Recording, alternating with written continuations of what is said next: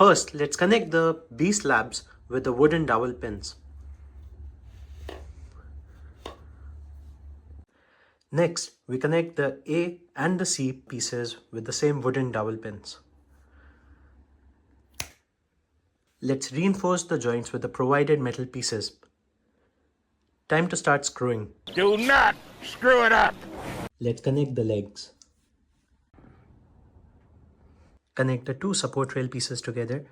Use the Allen key to tighten the screws. Some more Allen screws later, it stands on its own feet. Now let's attach these table supports. Few more hex screws later, solid as houses. Add these silicone bits with the included double-sided tape.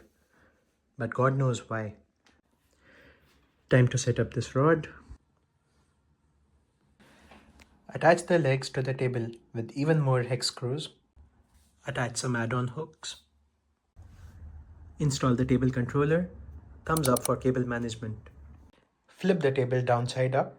Plug in the power and the setup's ready. Follow this channel for a lot more content related to smart home setups.